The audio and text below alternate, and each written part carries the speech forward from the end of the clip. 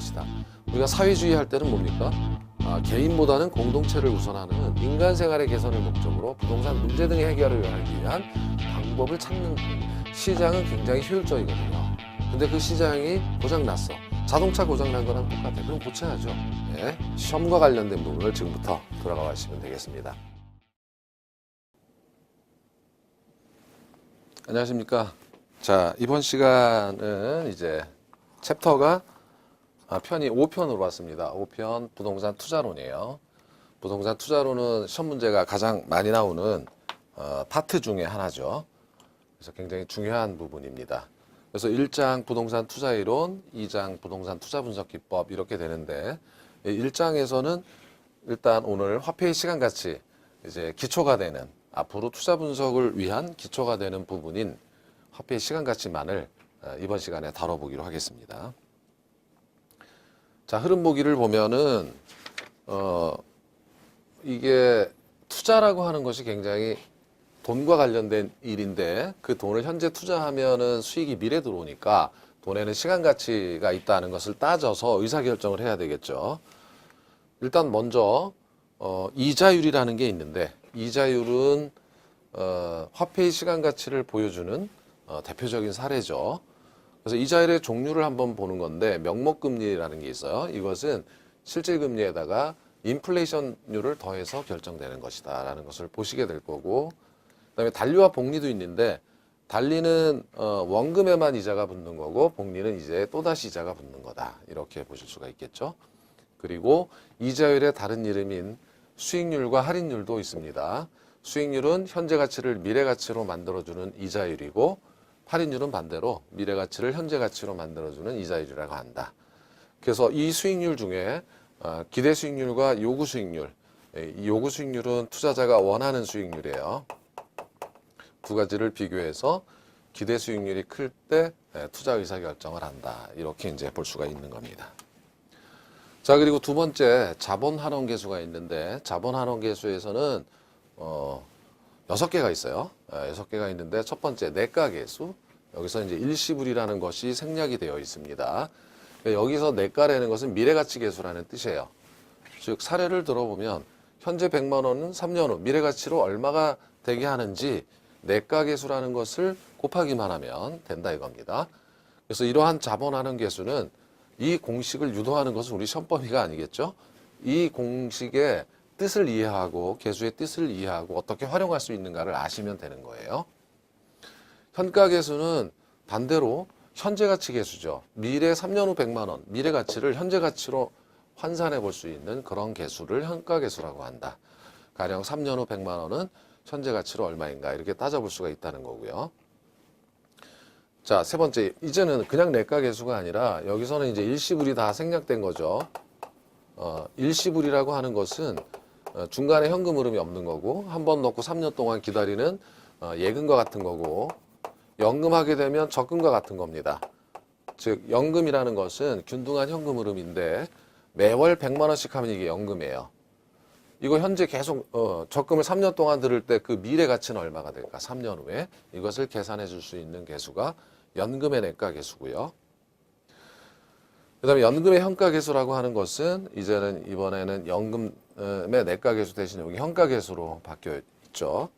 그래서 100만 원씩 하면은 100만 원이라는 것이 연금이고요. 3년간 받게 될, 이제 미래 받게 될, 앞으로 받게 될 것을 현재 시점에서 환산해 보면 얼마일까? 라고 하는 거, 그 연금의 일시불을 계산할 때 연금의 현가 계수를 사용하고, 그다음에 여기 영구자가 들어가게 되면은 R분의 1이다. 이건 이제 이렇게 한번 보시면 되겠어요. 그러니까 연금이 영원히 들어오는 연금이 있다면 그 공식도 있다는 거죠. R은 이자율을 의미합니다. 자, 그리고 감채기금 계수는 이제 얘하고 역수관계인데 3년 후 1억 원을 만들기 위해 적립할 금액은 해서, 그러니까 여기서 하고 역수관계라는 것은 100만 원씩 적금 들면 3년 후 얼마가 되는가 계산했죠? 그럼 그 3년 후 그 금액을 만들기 위해서는 얼마씩 적금을 들어야 되는가? 같은 건데 물어보는 것만 다르죠. 역수입니다. 저당상수는 얘하고 역수인데 매기 갚아야 될 원리금을 구할 때 사용한다라는 것이 핵심입니다. 이것은 뭐 절대적이고 금융론에서도 자주 나오게 될 거예요. 이러한 내용들을 지금부터 살펴보기로 합니다. 일단 학습 내용을 요약해 보기로 하죠. 명목금리와 실질금리가 있는데 실질금리에다가 기대 인플레이션을 더한 것을 명목금리라고 하고 이러한 것을 피셔 효과라고 한다. 사람 이름이에요. 피셔는. 그리고 달리와 복리가 있는데 달리는 원금에 대해서만 붙는 이자를 말하고 복리는 이자가 다시 또 이자 생겼으면 그 이자에 다시 원금이 붙죠. 그것까지 계산하게 하는 개념이 복리입니다. 그래서 좀 전에 보셨던 흐름 보기에서 그 자본하는 것은 모두 복리예요. 그리고 할인율은 미래가치를 현재가치로 만들어주는 이자율, 수익률은 현재가치를 미래가치로 만들어주는 이자율인데 기대 수익률은 기대되는 예상 수익과 예상 지출로부터 계산된 수익률이다. 이렇게 볼 수가 있고 요구 수익률이란 유사한 위험을 가진 투자 대안에서 얻을 수 있는 다른 곳에서 10%를 얻을 수 있다면 유사한 투자 대안인 A 여기서도 10%는 얻어야 된다. 내가 원하는 수익률은 이만큼은 얻어야 된다. 다른 곳에 투자했을 때 얻을 수 있는 수익 이걸 우린 기회비용이라고 하고 그 공식이 무혐이자율, 위험할증률, 기대 인플레이션을 더해서 결정된다라는 건 차츰 이해를 하시게 될 거예요. 자, 이러한 내용에 관해서 해설을 한번 해보기로 하죠. 해설하기 전에 자본하는 개수를 먼저 보고 학습 내용을 요약해봐요. 내가계수는 미래가치계수 아까 말씀드린 대로 이론을 이제 이론으로 정의하는 내용도 잠시 후에 보시게 되겠죠. N년 후 미래에 찾게 되는 미래가치를 알게 해주는 계수이고 현가계수는 역시 현재가치계수의 준말이고 이번에 이제 현재가치로 만들어주니까 할인율이라는 말을 썼죠. R이고 기간이 N년일 때 N년 후 일원이 현재로 얼마가 되는가. 연금의 내가계수는 이제 이 1원이 연금이죠. 이런 식 받게 되는 연금을 이자를 R로 적립했을 때 N년 후 달성되는 금액, 연금의 내가계수 이렇게 정리하게 될 거고 연금의 현가계수도 이자율이 R이고 기간이 N일 때 항상 이자율은 인터레스트 레이트 해가지고 R이라고 쓰고요. 기간은 이제 개수니까 N이라고 씁니다. 그래서 매년 1원씩 이게 연금이고 N년 동안 받게 될 연금, 미래의 연금을 일시불 현재 가치로 만들었다. 영구 연금의 현가계수는 R분의 1이다. 이렇게 이제 되는 거고요.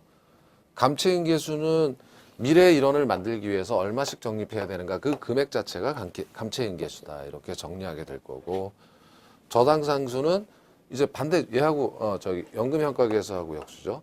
일원을 현재 가치로 빌렸는데 얼마씩 갚아야 되는가라는 거고 매기간 갚아야 될 연금 이게 원리금과 같다라는 것도 이해하셔야 되고요. 그 다음에 역수관계가 중요한데 내가계수와 현가계수는 역수관계에 있고 연금의 내가계수와 감채인계수가 역수관계 그 다음에 연금의 현가계수와 저당상수가 역수관계에 있다라는 거고요. 이 시험에서 역수관계에 있다는 것을 굉장히 자주 물어보기 때문에 개념으로 이해하시면 되겠어요. 자, 이러한 내용들을 해설을 해보기로 해요. 자, 이제 우리 89쪽에 있는 본문에 들어가기 전에 이자율이라는 것 그리고 화폐의 시간가치라는 것을 한번 생각해 보면 투자라는 게 뭐냐? 이게 사실은 투자를 한자로 써보면 투자 해가지고 던질 투자에 자본할 때 자자. 예를 들어서 자본이 돈이라면 돈을 던져버리는 거예요. 현재. 돈을 던져서 버리는 게 아니라 말 그대로 돈을 넣는 거죠. 왜 돈을 던져버리느냐? 미래 수익을 얻기 위해서죠. 미래에 더 많은 수익을 얻기 위해서 현재 투자한다 이겁니다. 그렇죠? 그런데 현재의 100만 원과 가령 1년 후 100만 원이 가치가 같지가 않겠죠. 지금 현재 100만 원을 투자해서 1년 후에 100만 원을 받는다고 하면 누가 돈을 여기다가 넣겠습니까? 그죠? 이거는 뭐 이자도 못 뽑잖아요. 또 물가가 상승한다고 하면 화폐 가치 손실까지 생기잖아요. 그런 뜻입니다. 자, 그래서 결국은 이자율이 존재하게 되는 거고요. 여기서 화폐의 시간 가치가 존재한다. 가령 100만 원이다 그러면 예를 들어서 이자율 10%다라고 하게 되면 미래 수익은 110만 원이 되겠죠. 이러면 이제 사람들이 고려를 하겠죠. 내가 100만 원을 넣으면 투자하면 10%라는 수익이 생겨서 1년 후에는 110만 원이 생기겠구나. 이게 돈에는 시간 가치가 있다 이겁니다. 그래서 이자율은 화폐의 시간 가치를 보여주는, 돈을 공짜로 쓸 수는 없어요. 그런 내용이다. 자, 그런데 그 이자율의 종류는 상당히 다양해요. 그러니까 이자율이라고 하는 것은 아까 보셨던 대로 이건데 사람들이 사용하는 방법에 따라서 굉장히 다양한 이름으로 불린다. 이렇게 되는 거예요. 그래서 일단 그중에 명목금리라는 건 금융론에서 더욱 중요하지만 이 명목금리라는 개념을 생각하는 것도 굉장히 중요하죠. 기초가 되는 부분들이에요. 오늘 이번 시간에 배우시는 부분은. 가령 2천만 원을요. 제가 갑이라는 사람이 2천만 원을 갖고 있습니다. 근데 이걸로 자동차를 사려고 했어요. 근데 자동차가 현재 2천만 원이에요. 근데 을이 돈을 좀 빌려달래요. 왜냐하면 1년 후 2,100만 원을 준다고 하죠. 그러면 이거는 1년 동안 이자율이 10%가 생기니까. 그래서 2,100만 원을 받으면 1년 후에 차를 사면 100만 원이 남잖아요. 그럼 내가 1년 동안 차 타는 것을 포기한 대가로 이자 10%를 받은 거잖아요. 예, 그래서 100만 원을 벌은 거잖아요. 그래서 1년 참았다가 차를 사면 100만 원이 남겠구나 이렇게 해서 빌려줬는데 문제는 1년 후에 차값이 올라서 2,200만 원이 됐어요. 차값이 10%가 올랐어요. 그럼 2,200만 원이 된 거죠. 여기 10%가 아니라 5%네요. 그죠? 5%. 5, 20. 5%면 100만 원이죠. 그럼 이거 뭡니까? 2,100만 원 받아가지고 오히려 이 차를 사기 위해서 어떻게 해야 됩니까? 100만 원을 더 보태야 돼요. 이거는 1년 전에 내가 이 차를 샀으면 2천만 원에 그냥 살 수 있었고 1년 탈 수 있었는데 남에게 돈을 빌려주는 바람에 5% 이자를 받는 바람에 물가가 그 대신 10%가 오른 바람에 손해가 난 거죠. 그러니까 자, 이 명목금리라는 것은 내가 포기한 대가가 이 차를 타고 효용을 얻는 건데 그래서 이자를 받는 건데 그 이자에는 인플레이션율이 빌려주는 시점에서 예상 인플레이션이 반영되어야 되겠다 이겁니다. 그렇죠? 예. 그러니까 예를 들어서 실질금리 5%만 받으면 2,100만 원으로 손해가 났잖아요. 그래서 만일 예상 물가 상승률이 10%라면 이 10% 해가지고 받아야 된다는 거죠. 그래서 15%가 되는 거죠. 그러면 2,300만 원을 받아야 된다는 거죠. 15%면 물가까지 감안하면. 그러면 2,300만 원으로 차 2,200만 원을 사고 나면 100만 원이 남죠. 5% 실질 수익이 생긴 거죠. 다시 말해서 피셔라는 사람이 이 이자율을 계산할 때 예상 물가 상승률까지 더해야 된다라고 얘기한 거고 이걸 이제 피셔 이펙트라고 하는 거예요. 경제학에서는. 그래서 중요한 관점은 뭐냐면 우리는 명목금리가 중요하다라는 거죠. 그래서 금융론에서도 이제 6편으로 들어가면 우리가 뭘 하냐면 이제 은행에서 대출 받고 할 때 결정되는 금리가 다 명목금리입니다. 은행에서 대출해 줄 때 이걸 생각해서 받아야 되겠죠. 은행도 똑같은 입장이니까. 그래서 이 물가 상승률이 예상 인플레이션율이 더해지는 금리가 명목금리다라는 것이 굉장히 중요한 개념이에요. 그래서 간단한 사례를 가지고 왜 인플레이션을 더해서 금리가 결정되어야 하는지라는 것을 이해하시면 되겠죠. 이것이 명목금리와 실질금리의 개념입니다. 자, 두 번째 주제로 가보면 달리와 복리가 있어요. 자, 달리는 원금에서만 붙는 이자다라고 한 건데 지금 현재 100만 원을 예금했어요. 그런데 이자율이 10%입니다. 라고 하면 그러면 달리로 2년 후에 받는 금액은 얼마일까라고 하면 이거는 간단하죠. 어떻게 계산합니까? 첫 번째 해 이자는 연 단위로 붙는다고 가정하면 첫 번째 해에 100만 원에 10% 이자가 붙어서 10만 원이 붙었고 두 번째 해에도 100만 원에 10%가 붙어서 10만 원이 붙었으니까 20만 원의 이자가 발생해. 2년 후에는 120만 원을 받습니다. 이렇게 되는 게 달리예요. 달리. 그렇죠? 한 번만 붙는다 이자가. 그런데 문제는 현실적으로는 어떻게 되냐면 복리라는 개념이 더 중요하게 되는 겁니다. 즉 복리라고 하는 것은 여기 붙은 이자 10만 원에 이자가 더 붙어요. 그러니까 1년 차에 이자를 딱 받았으면 이걸 내가 빼내는 게 아니라 그냥 통장에 있지 않습니까? 그럼 이 이자에도 또 이자가 10%가 붙어야 되겠죠. 이렇게 되는 거예요. 그래서 여기에 10%니까 만 원이 더 붙어야 되겠죠. 그러면 그렇죠. 이자 여기서 이제 1년 동안 10만 원에 대한 이자 10%는 만 원이니까. 그러면 만 원이 더 붙어서 여기가 이제 2년 차에는 10만 원이 아니라 11만 원이 되므로 그렇죠? 21만 원이 붙어서 121만 원이 되는 겁니다. 이렇게. 그래서 투자의 세계에서는 재투자, 즉 내가 수익이 났는데 그걸 빼돌려서 다시 다른 데다 은행에 넣고 이러는 게 아니라 그 투자 금액이 계속 재투자되는 것을 가정하는 거기 때문에 복리의 개념이에요. 그래서 잠시 후 우리 그 자본환원 계수에서도 복리를 사용하게 됩니다. 그래서 투자론에서 사용하는 금리는 모두 복리다 이렇게 생각하시면 되겠어요. 그래서 달리가 아니라 붙은 이자에 계속 이자가 붙는다. 투자에서 수익이 나면 그것을 재투자한다는 개념으로 이해하시면 되겠습니다. 이것이 단류와 복리고.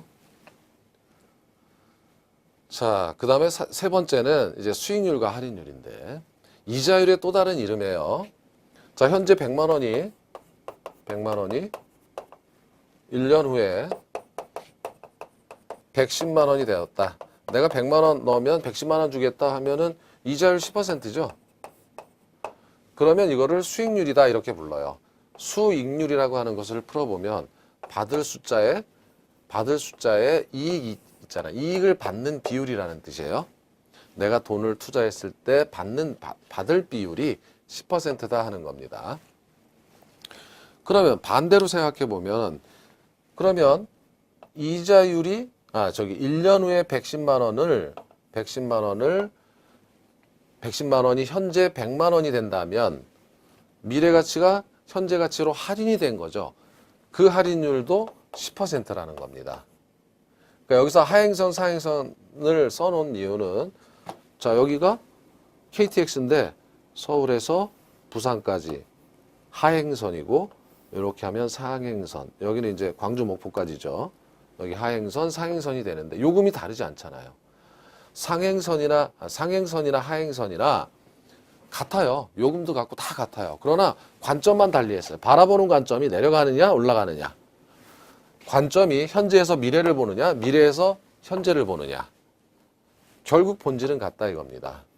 여러분께서 혹시 110만 원을 10%로 할인하면 11만 원을 빼야 되니까 99만 원이 되니까 안 맞는 거 아닙니까? 할지 모르겠지만 나중에 현가계수라는 걸 곱해서 이렇게 계산하는 게 아니라 1 플러스 0.1분의 1을 곱해요.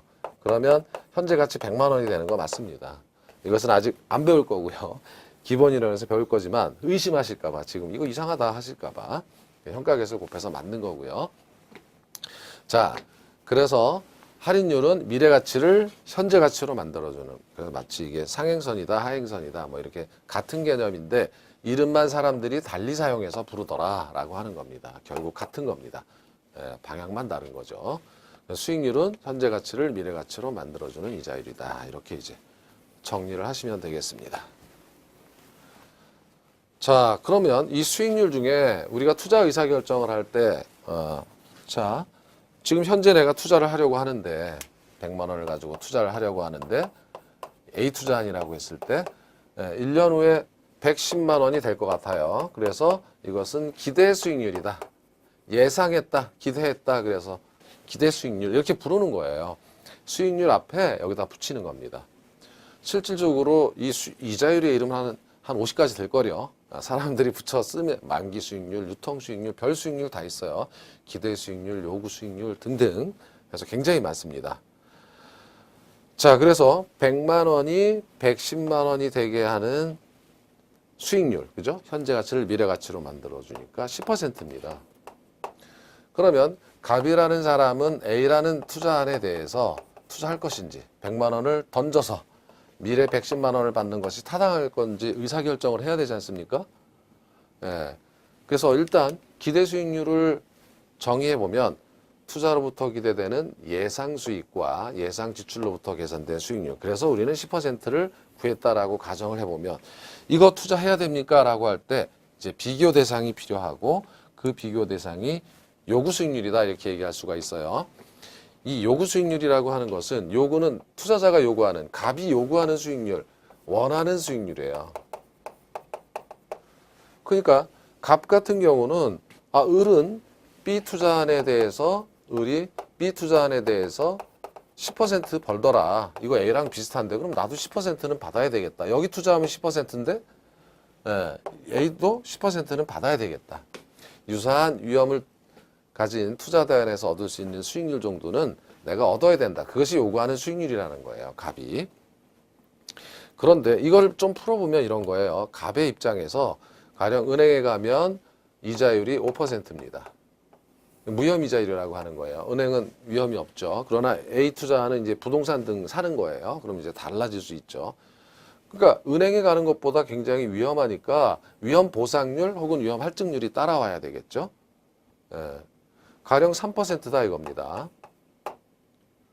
그런데 아까도 보셨지만 만약에 인플레이션이 1년 후에 발생해 가지고 이 화폐 가치가 뚝 떨어진다면 이거 손해일 수도 있죠. 물가가 뭐 20% 오르면 110만 원 받아봤자 손해예요. 그러니까 인플레이션까지 요구하게 되는 거죠. 가령 인플레이션 프리미엄이 2%다라고 하면 5 더하기 3 더하기 2니까 최소한 난 이거는 얻어야 된다. 요구하는 수익률이 갑 입장에서 10%는 얻어야 되는데 마침 10%니까 투자해도 되겠네 이렇게 되는 겁니다. 그런데 만일 예상 인플레이션이 3%다라고 하면은 요구 수익률이 11%죠. 내가 원하는 수익률은 11%가 돼야 되는데 이 투자는 10%밖에 안 되니까 버려야 되는 거예요. 그래서 결론은 기대 수익률이 요구 수익률보다 크거나 같을 때 투자 의사결정을 한다라는 결론이 나오는 거고, 이러한 내용은 2장에서 내부 수익률을 할 때 또 다시 한번 보시게 될 거예요. 여기서는 이러한 용어 정의들을 한번 들어보시고 이런 것이 존재하는구나, 이렇게 판단하는구나 라는 것을 느끼시면 되겠죠. 그리고 네 번째 주제는 자본환원 계수인데 이게 처음에 굉장히 어려우실 거예요. 그래서 이 부분은 복잡하죠. 숫자 나오는 거 싫어하시잖아요. 자, 요거죠. 하나가 잘못 요겁니다. 그래서 이제 일단 내과 계수부터 이제 정리를 해보시면 되겠는데 이 내과 계수는 미래가치 계수의 준말이에요. 내과 요것만 딱 쓴 거죠. 그리고 여기 생략된 거는 뭐냐면 일시불에 이렇게 되는 거예요. 생략해도 되는 거예요.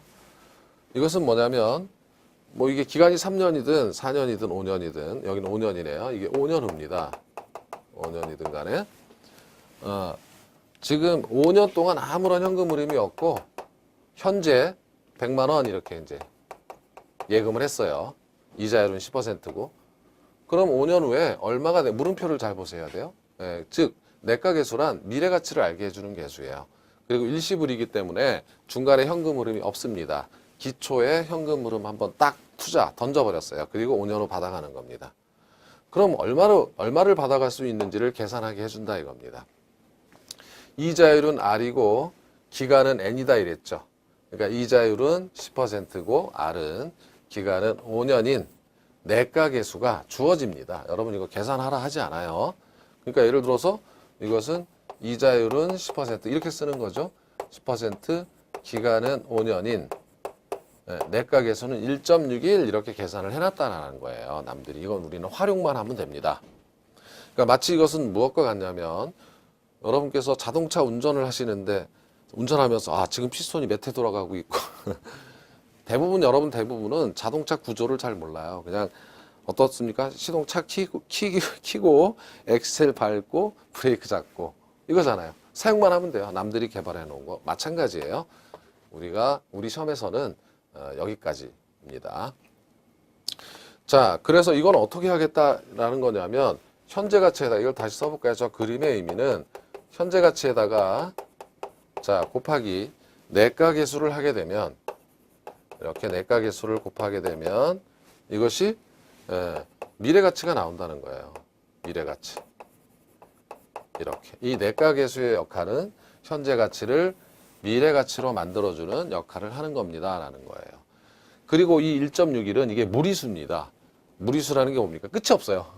끝이 없어서 여기서 딱 잘라버린 겁니다. 이게 끝까지 쓸 필요는 없잖아요. 길게. 그래서 100만 원에다가 현재 100만 원이라고 그러면 5년 10%인 내과 계수는 1.61이니까 그럼 여기다가 1.62를 곱하면 161만 원이 되는구나. 이렇게 되는 겁니다. 물론 복리예요. 여기서 계산하는 건 모두 복리. 그러니까 이자 1년 붙었으면 1년마다 붙는 걸 가정하니까 그 다음에 그 이자에 이자가 또 붙고 계속 이렇게 새끼 치는 거예요. 새끼가 새끼를 낳고 계속. 이게 복리입니다.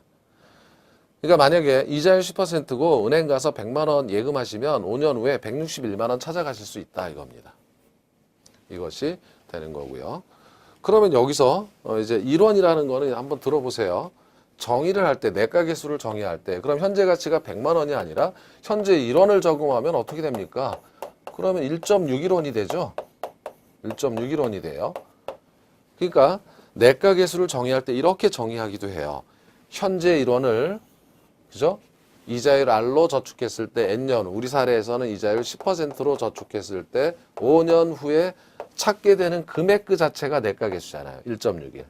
1원은 1은 곱하면 개수 자신하고 같아지잖아요. 1은 곱하나만 하니까. 그래서 이렇게 1원으로 정의하는 거예요. 100만 원일 때는 160만 원이 되고 1원일 때는 1.61원, 즉 금액 자체가 내가 개수가 되는 겁니다. 그래서 이렇게 정의하는 거고 이렇게 시험에 나온 적도 있어요. 지문이. 그러니까 여러분께서는 1원 이거 뭐 왜 1원 쫀쫀 이런 거 신경 쓰지 마시고 여기서 이제 방향을 보는 거죠. 예, 기간 이자율 나왔고 1원은 현재 가치이고 1원일 때는 미래 달성되는 찾게 되는 금액 자체가 미래니까 내가 개수구나. 이렇게 이제 찾아내시면 되는 겁니다. 자, 근데 여러분 현가 개수가 있죠. 현가 개수. 현가 개수도 똑같아요. 일시불의 현가 개수를 줄인 거고요. 자, 그러면 이거는 어떻게 하겠다는 뜻이냐면 이번에는 이제 같은 사례를 들어봤어요. 왜냐하면 둘이 역수관계이기 때문에 역수관계다. 자, 아까는 이제 요게 방에 화살표가 잘못됐죠? 화살표가 이렇게 돼야 됩니다. 아까는 여기다 내가계수를 곱하면 미래가치 161만 원이 됐죠. 그러면은요, 이건 어떻게 되냐면 이제는 미래가치를 알고 있다면 그 미래가치에다가 그러니까 5년 후 161만 원이 할인율이 10%일 때 이 이자율은 할인율이겠죠. 현재로 가는 거니까. 여기에다가 현가계수를 곱하기만 하면 당신이 알고 싶은 현재 가치가 나온다 이런 뜻이에요. 그러니까 다시 말하면 5년 후에 여기가 5년이죠. 5년 후에 161만 원은 현재 가치로 얼마입니까? 라고 하면 여기다 0.61을 곱하면 이게 약 100만 원이 되겠죠. 우리는 이미 알고 있다라는 거죠. 계산을 안 해봐도. 이게 딱 떨어지진 않아요. 여기 뒤에 쫙 무리수 붙어 있는 것을 생략을 했기 때문에 딱 떨어지진 않지만 여러분 계산기로 이렇게 곱해보면 100만 원 근처의 숫자가 나올 거예요. 그래서 현가계수를 이렇게 활용하면 됩니다. 근데 역수관계인 이유는 자 보세요. 100만 원을 5년 예금했더니 161만 원 타더라. 이자율이 10%일 때. 그럼 5년 후에 161만 원 현재 가치로 얼마인가? 그럼 100만 원이잖아요. 역수관계입니다. 다시 말해서 1.61과 0.62가 역수관계라는 거죠. 예. 그래서 개념상도 역수예요. 그래서 역수관계라는 건 굉장히 중요해요. 같은 건데 물어보는 것만 현재 가치를 물어보느냐 미래 가치를 물어보는 거냐 이게 다르다는 거죠. 예. 그래서 기본이 여기서부터 이제 시작이 되는 거고 여기서 조금만 응용하면 이제 나머지는 되는 거예요.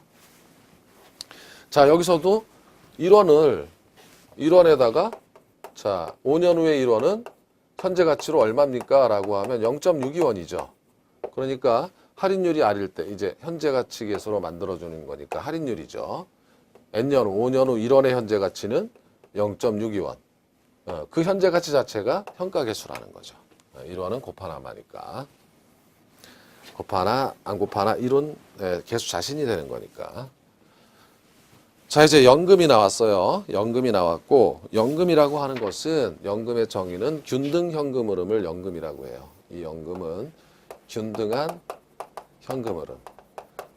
이제는 아까는 예금 한 번 넣고 5년까지 기다렸는데 이번에는 매년 넣어요. 10년 동안 넣습니다. 그런데 100만 원씩 균등한 현금 흐름. 여기 100만 원 넣고 1년차, 2년차 90만 원 넣고 그러면 이건 연금이 아니에요. 불규칙 현금 흐름이죠, 이거는. 항상 100만 원씩 우리 사례에서 100만 원씩 같은 금액, 이걸 연금이라고 해요. 애누어티 영어로는. 그래서 100만 원씩 10년간 1년 단위로 정기 적금에 가입했다 이거죠. 그럼 10년 후에 얼마를 찾는가 이겁니다. 물론 이제 복리로 계산되니까 굉장히 복잡하겠죠. 이건 한번 길게 써봤어요. 이런 식으로 길다는 거예요. 그러면 연금, 즉 100만 원에다가 연금의 내과계수, 요것만 활용하면은 연금의 내과계수를 곱하면 원하는 미래가치를 알 수 있다. 내과라고 쓰겠습니다. 이렇게 알 수 있다라는 거죠. 그러면 연금 100만 원에다가 100만 원에다가 곱하기 15.937425를 곱하면 1593만, 그죠? 100만 원짜리 10장이면 1000만 원이고 15장 좀 넘죠. 1593만 7천 얼마 뭐 이렇게 000 뒤에 이렇게 되는 거죠. 그러니까 100만 원씩 10년 보면 1593만 7천 얼마를 탄다 이거죠. 이렇게 연금의 내과계수를 활용해서 적금분 미래가치를 알 수 있어요. 은행에 안 물어봐도 복리표만 주어지면 이 계수만 알면은 우리가 직접 계산할 수 있다. 이건 연단이지만 월로 적금할 땐 또 월복리가 따로 있어요. 그래서 그 월복리는 나중에 기본이론에서 하기로 하고 여기서는 개념만 잡아보고 이러한 것 등이 있다라는 걸 빠르게 보는 게 기초인문 과정이에요. 좀 약간 모르는 부분이 있다고 하더라도 듣는 거죠. 자꾸 뇌를 익숙하게 만드는 겁니다. 그리고 기본이론에서 한 번 더 하시고요. 그렇죠? 자세하게. 자, 이렇게 되는 거고 이것도 1원으로 정의할 때 매년 1원씩 이제 100만 원이 아니라 1원씩 받게 되는 연금을 이자율 R로 10% 우리 사례에서 계속해서 적립했을 때 10년 후 달성되는 금액 자체가 1원을 곱하면 이 달성되는 금액 자체가 연금의 내과계수죠. 그래서 이런 정의를 볼 때는 1원씩 하면 연금이네 이렇게 보시면 되고 그리고 N년 후 달성되는 거니까 내과계수네 그러면 연금의 내과계수 이렇게 이제 시험 문제를 푸실 때는 바로 보이시는 거겠죠.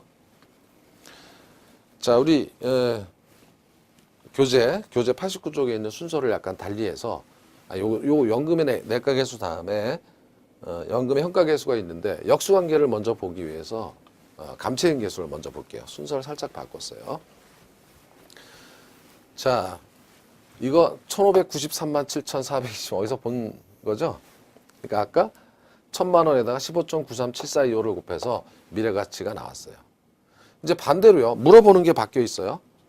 그러니까 10년 후에 1593만 7,425원을 만들기 위해서는 매년 얼마씩 적립해야 하는가? 아까 보셨죠? 얼마였어요? 100만 원이잖아요. 조건이 똑같으니까. 100만 원씩 10년간 이자율 10%로 적립하면 적금을 들면 10년 후에 1593만 원 탄다라고 하는 거 아까 보신 거죠. 여기 미래가치. 근데 이번에 거꾸로 연금을 물어봤어요.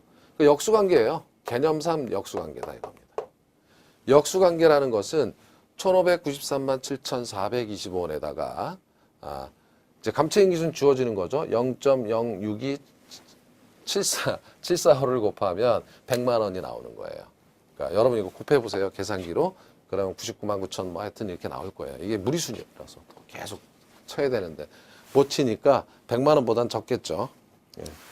자, 이건 어떻게 하겠냐면 미래가치를 알고 있다면 그 미래가치에다가 감채인 계수를 곱하면 그럼 뭐가 나와요? 매년 적립해야 될 금액인 연금이 나온다. 이걸 계산하기 위함이다.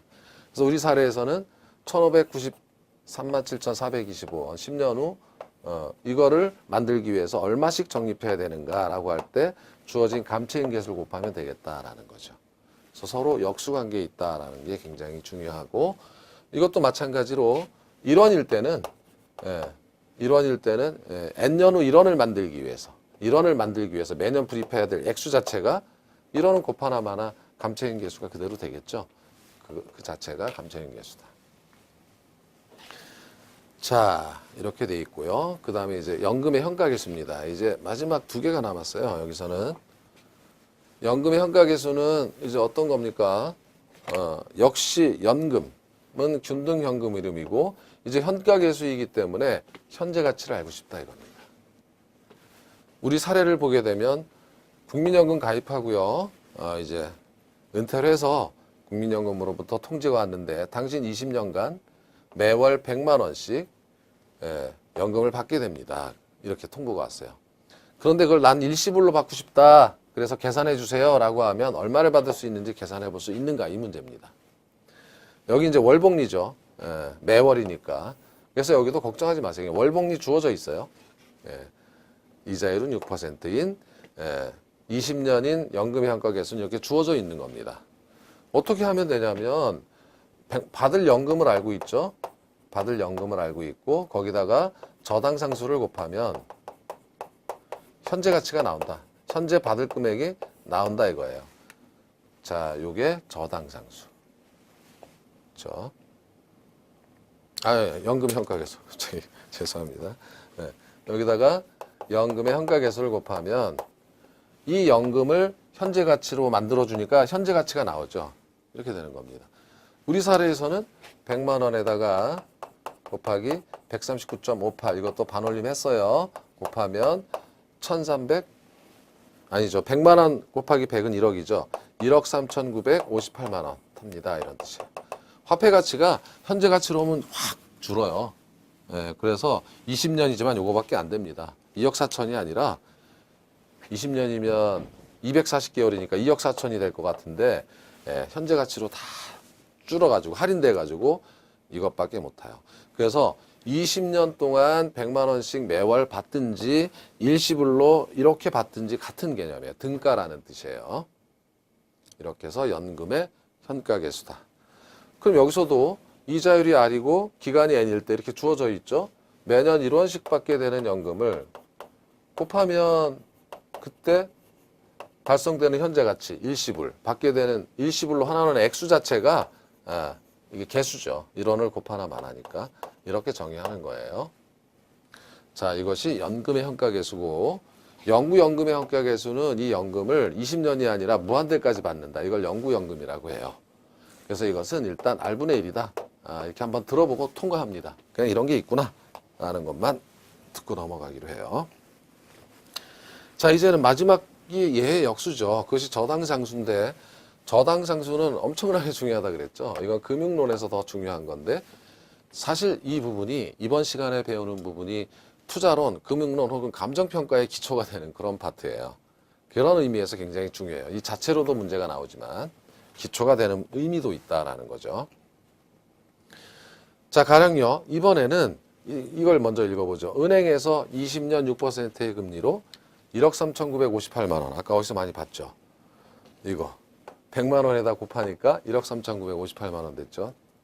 그러니까 예를 들면은 돈 빌렸어요. 1억 3,958만 원을 빌렸습니다. 8만 원 빌렸는데 몇 년 빌렸어요? 20년 6%의 금리로 빌렸어요. 아까하고 조건이 똑같죠? 20년 6%로 빌렸어요. 그럼 원리금을 갚아야 되죠. 이 연금은 균등 현금 흐름인데 원리금 균등 상환에서는 원리금을 항상 똑같이 내잖아요. 그래서 이게 연금이에요. 이 원리금이 곧 연금이라는 뜻이에요. 왜냐하면 균등한 상환액이니까. 은행에서 대출 받아가지고 원리금 균등 상환으로 빌리면 매월 똑같은 금액 상환합니다. 그죠? 날짜 계산 때문에 살짝 달라질 수는 있지만 논리상 똑같은 금액을 상환하는 거예요. 자, 그러면 이때 저당상수를 곱하면 된다 이겁니다. 이거는 0.007164 주어진 거니까. 그럼 어떻게 되냐면 현재 가치라는 것은 우리 사회에서는 돈을 현재 시점에서 빌린 돈이죠. 현재 가치에다가 곱하기 저당상수를 하게 되면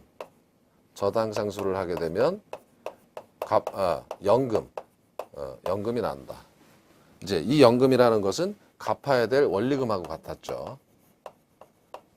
그래서 여러분께서는 계산을 해보세요. 실제 눌러보면 1억 3,958만 원에다가 저당상수 0.007164를 곱하면 우린 이미 알고 있죠? 100만 원. 앞서서 100만 원씩 받을 돈을 20년 동안 현재 가치로 환산하면 1억 3,958만 원. 1억 3,958만 원을 받고 얼마씩 상환하면 되냐? 100만 원. 같은 거예요. 역수관계에 있다. 그래서 연금의 현가계수와 저당상수가 역수관계에 있다라는 거고요. 여기서도 1원으로 정의하는 건 같아요. 여기다가 1원을 이렇게 넣어버리면 0.007164. 그래서 저당상수는 항상 중요한 게 매기간 갚아야 될 연금, 즉 원리금을 구할 때 저당상수를 활용한다라는 게 굉장히 중요하고, 은행에서 주택을 담보로 돈을 빌려서 원리금 균등 상환으로 빌렸을 때 여러분께서 상환할 금액도 이렇게 저당상수를 구해서 금리에다가 빌린 연도 해서 곱해버리면 바로 나오죠. 예, 상환할 금액이 나옵니다. 자, 이렇게 해서 다 됐고요. 좀 복잡하실 텐데 이거는 뭐 시간이 지나면서 자주 보셔야 될 거예요. 지금 기초인문에서는 전체적인 흐름 등을 보시는 게 중요해요. 자, 연구영역학에서는 아까 R분의 한번 들어보시라고 했고요. 자, 그래서 역수관계는 내과계수와 현가계수, 연금의 내과계수와 감채인계수, 연금의 현가계수와 저당상수, 여기까지 이제 보신 겁니다. 자, 용어 정리하면 이자율 금리라는 건 잘 아시다시피 돈을 빌려서 사용한 대가로 지불하는 가격, 그것이 이자입니다. 그래서 1년간, 이자율 항상 1년 단위예요. 이자를 원금의 비율로 표시하면 그걸 이자율 혹은 금리라고 한다. 무혐 이자율에 대해서는 한번 이렇게 들어보시면 되는데, 이건 순수 이자율이라고도 하는 건데, 실질적으로 무혐은 존재하지 않을 수도 있지만 우리가 통상적으로 정기예금, 국채 이런 것 등은 단기적으로 위험이 없다고 가정하는 거예요. 뭐 이렇게 되는 거고, 지금 이것은 무혐 이자율, 그러니까 이런 정기예금이나 국채 등은 경제 변동과 국가의 금융 정책 등의 변화는 특성이 있다. 특히 우리나라 같은 경우는 요즘 최근에 이슈가 미국이 금리를 인상한다. 그죠? 우리도 올라요. 이런 경제 변동 속에서 이런 것들이 오르거나 떨어지거나 하는 거예요. 자, 위험보상률 혹은 위험할증률이라고 하는 것은 요구수익률을 구할 때 아까 봤었죠. 그래서 내가 은행에 가는 것 금리 말고 위험한 곳에 투자할 때는 그 보상률이 있어야 되겠죠. 그렇지 않으면 은행 가지 누가 위험자산에 투자합니까? 혹은 위험보상률 혹은 할증률이라고 한다. 연금 애누어티, 미리 정해진 간격을 두고 지급되는 균등한 금액이다, 이렇게 말했죠. 그것이 1년일 수도 있고 월 단위일 수도 있겠죠. 항상 일정한 금액이 되면 돼요. 영구적일 수도 있고, 그렇죠? 자, 읽어두시면 되는 거고요. 셀프 평가를 한번 해보시죠. 1번, 어떤 부동산에 대한 기대 수익률보다 투자자의 요구 수익률이 더 크다면 그 부동산은 투자해도 좋다. 어떨까요? 다 보이시죠? 틀렸습니다. 원하는 수익률이 더 커야죠. 기대한 수익률보다. 이 경우는 기대 수익률이 더 커야만, 크거나 같아야 투자하는 거죠. 틀렸고요. 2번, 내과계수는 현재 일정한 금액을 일정한 이자율로 적립했을 때 미래 그 금액이 얼마가 되는지 계산할 수 있는 계수다. 그렇죠? 중간에 연금도 없죠. 그러니까 이것은 맞는 겁니다. 내과계수의 정의고요. 3번, 저당상수는 매기간 받게 될 일정한 금액을 일시불로 환원할 때 사용하는 자본환원 계수다. 이건 좀 머리가 복잡하실 수도 있겠네요. 하도 많이 해서 짧은 시간에. 어떻습니까? 이건 뭡니까? 매기간 받게 될 일정한 금액은 연금이고 일시불이면 현재 가치로 환원한 거죠. 연금의 현가계수죠. 틀렸어요. 저당상수는 그게 아니라 현재 빌려놓고 현재 받고 갚을 금액을 구하는 거죠. 그러니까 이거 틀렸습니다. 저당상수가 아니라 연금의 현가계수다, 이렇게 정리를 하셔야 돼요. 자, 이게 기출문제를 한번 보시죠. 풀 수 있습니다. 26회 2015년 문제죠. 화폐시간가치 설명으로 틀린 거. 1번, 연금의 미래가치계수를 계산하는 공식에는 이자 계산 방법으로 복리 방식이라고 했죠. 이거 틀리지 않았고, 원리금 균등 상환 방식으로 주택 저당 대출을 받은 경우 저당 대출의 매기 원리금 상환액을 계산하려면 이거 저당상수를 활용한다 그랬죠. 3번, 5년 후 주택 구입에 필요한 자금 3억을 모으기 위해 매 월말 불입해야 하는 금액을 계산할 때 감채인 계수였죠. 틀렸어요. 연금의 현가계수가 아니라 감채인 계수였다. 기억나십니까? 다 푸실 수 있습니다. 이렇게 문제가 나와도 3번이 틀린 답이 되겠죠. 그리고 4번, 매월 말 50만 원씩 5년간 들어올 것으로 예상되는, 자, 이건 들어올 것으로 예상되는 임대료 수입. 앞으로 들어올 거를 현재 가치로 한다. 50만 원씩이니까 연금이죠. 연금을 현재 가치로 한다.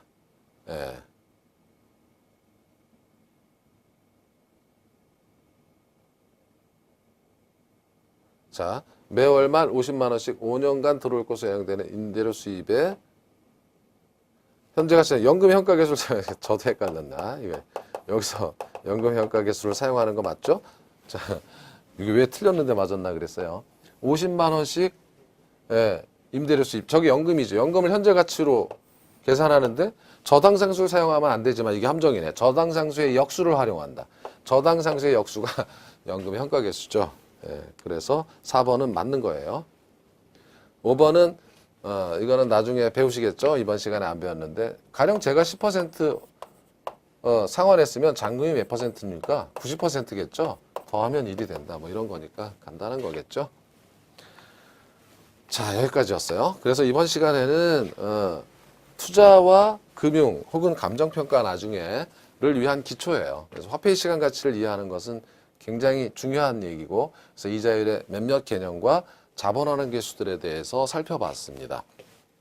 다음 시간에는 부동산 1장 부동산 투자이론, 실제로 이제 이게 투자이론에 들어가는 거예요. 그래서 유형과 평균 분산 모형, 포트폴리오 이론을 묶어서 정리하도록 하겠습니다. 고생 많으셨습니다. 고맙습니다.